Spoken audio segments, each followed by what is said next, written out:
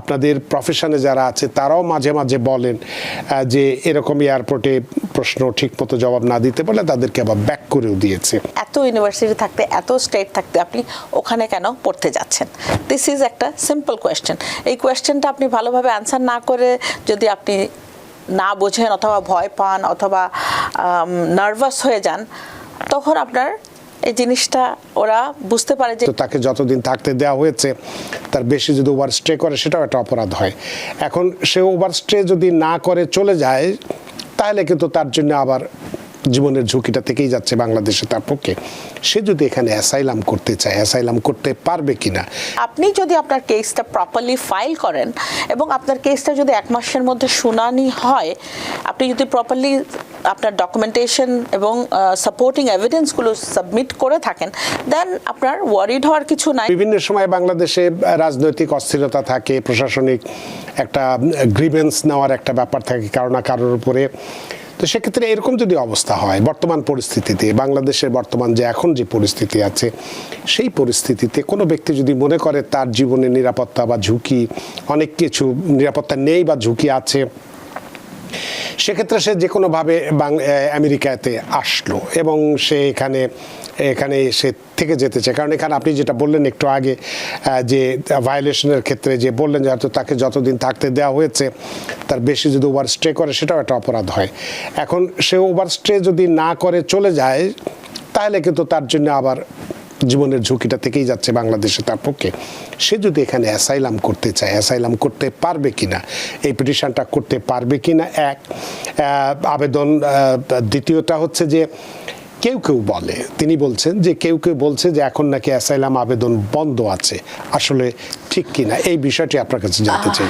আবেদন বন্ধ নাই, কিন্তু যেটা হচ্ছে এখন যে অ্যাপ্লিকেশন করার সাথে সাথে আপনাকে এক্সপারডাইটেড প্রসেসের মধ্যে দিয়ে দিচ্ছে, উইচ ইজ খুব তাড়াতাড়ি আপনার ফিঙ্গারপ্রিন্ট হচ্ছে, খুব তাড়াতাড়ি আপনার কেসের জন্য ইন্টারভিউর জন্য ডাকছে।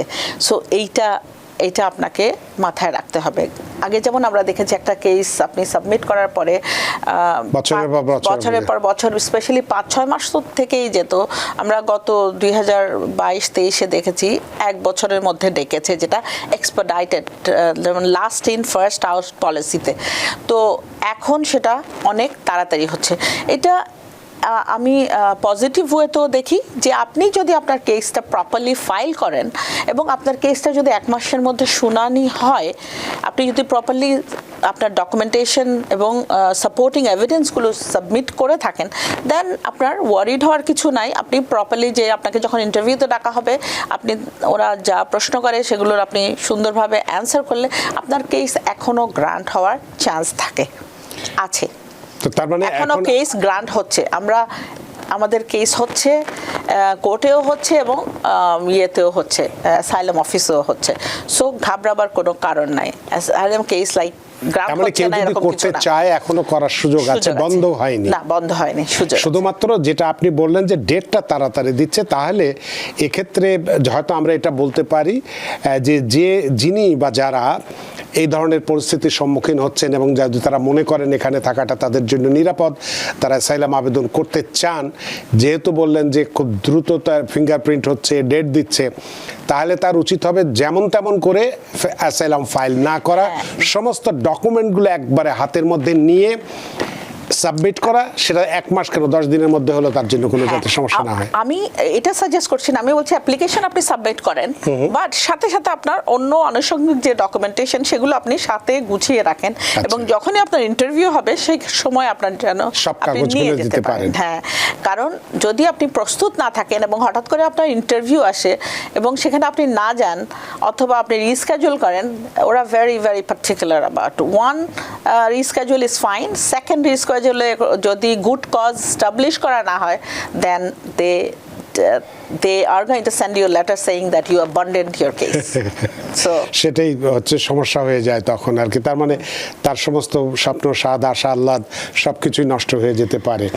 তো অনেক ধন্যবাদ সুপ্রিয় দর্শক। আপনি যে প্রশ্নটি, আপনার নামটি বলতে নিষেধ করেছিলেন, আমরা নামটি বলিনি, কিন্তু আপনার প্রশ্নটি আমরা পড়েছি এবং আমার মনে হয় যে এই প্রশ্নটি অনেকেরই আছে। সুতরাং আপনার এই প্রশ্নটি একদম শুধু আপনার মধ্যে না রেখে আমরা একটু সার্বজনীন করে দিলাম।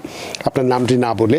সুতরাং এটি বুঝতেই পারছেন যে যদি কেউ এই ধরনের সমস্যার সম্মুখীন হন, তাহলে যেটা বলা হলো যে এটা এখনও বন্ধ নেই, অ্যাসাইলাম আবেদন করা বন্ধ নেই, এটা আছে, তবে দ্রুত ডেট পাওয়া যাচ্ছে। এবং একই সাথে যে বিষয়টি হচ্ছে সেটি হলো যে ডকুমেন্টগুলো যেন সব কিছু হাতের মধ্যে থাকে, তাহলে কোনো সমস্যা হওয়ার কথা নেই। আমরা একটু আমাদের দ্বিতীয় আলোচনায় একটু আসতে চাই। সেটা হচ্ছে যে অনেকেই আমরা দেশের বাইরে থেকে আমেরিকায় আসি, ভিজিট ভিসা নিয়ে আসি, ঘুরতে আসি, যে কোনোভাবেই আসি না কেন, এটাও বাজারে একটা প্রচলিত আছে যে এয়ারপোর্টে আসার পরে ইমিগ্রেশন অফিসাররা আমাদেরকে নানানভাবে প্রশ্নে জর্জরিত করে।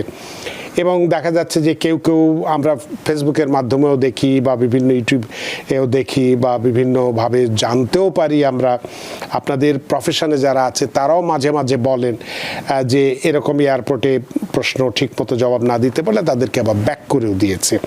তাহলে সেক্ষেত্রে আপনার কাছে যে প্রশ্নটি হচ্ছে যে এই ধরনের অবস্থায় কি ধরনের প্রশ্ন করে এবং সেই প্রশ্নগুলো যাই করুক না কেন সেটা কিভাবে আমরা উত্তর দেবো যাতে করে তাদের এই কোনো রকম যাতে সন্দেহ না হয় আমার ক্ষেত্রে, এবং আমি এখানে আসলাম, এসে থাকলাম, ঘুরলাম ফিরলাম, আবার চলে গেলাম, বা কেউ যদি থাকতে চায় কোনো উপায় যদি থাকে সেটাও যদি করতে পারে, তাহলে এক্ষেত্রে কি ধরনের প্রশ্ন হতে পারে এবং সেই প্রশ্নগুলোর উত্তর আমরা কিভাবে দেব?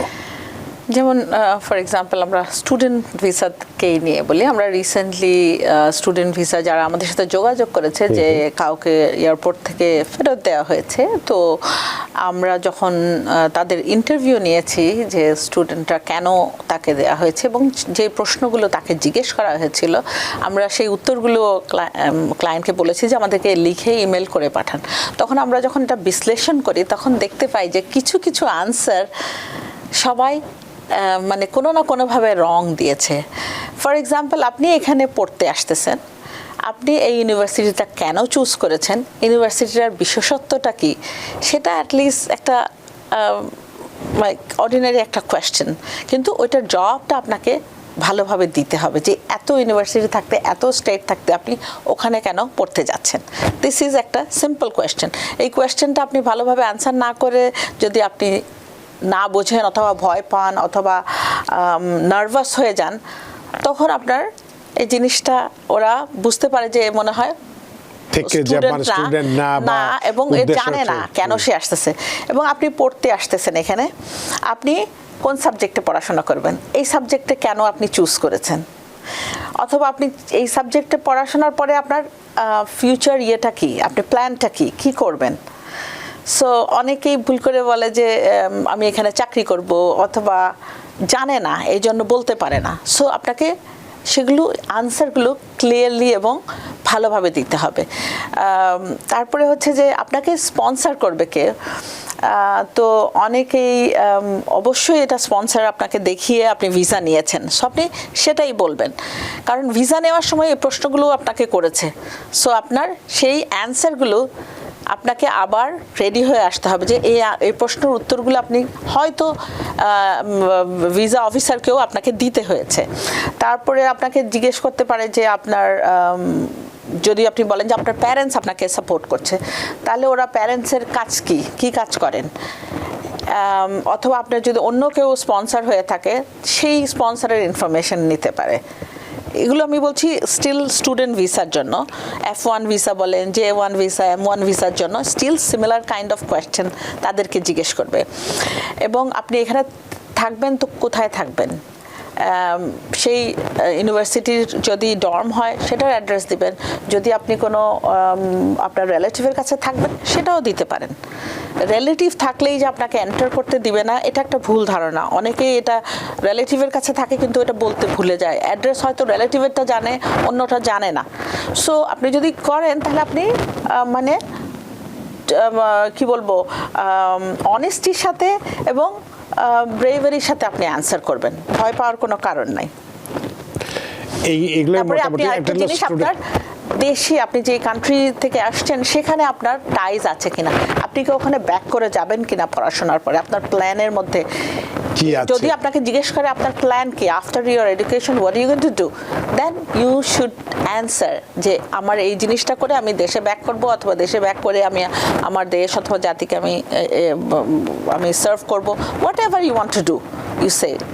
But যদি কেউ ইন্টেনশন দেখায় যে no, I'm going to stay here or look for a চাকরি job করবো আমি here যে। and all this, then it gives them a red flag that আচ্ছা। don't say it.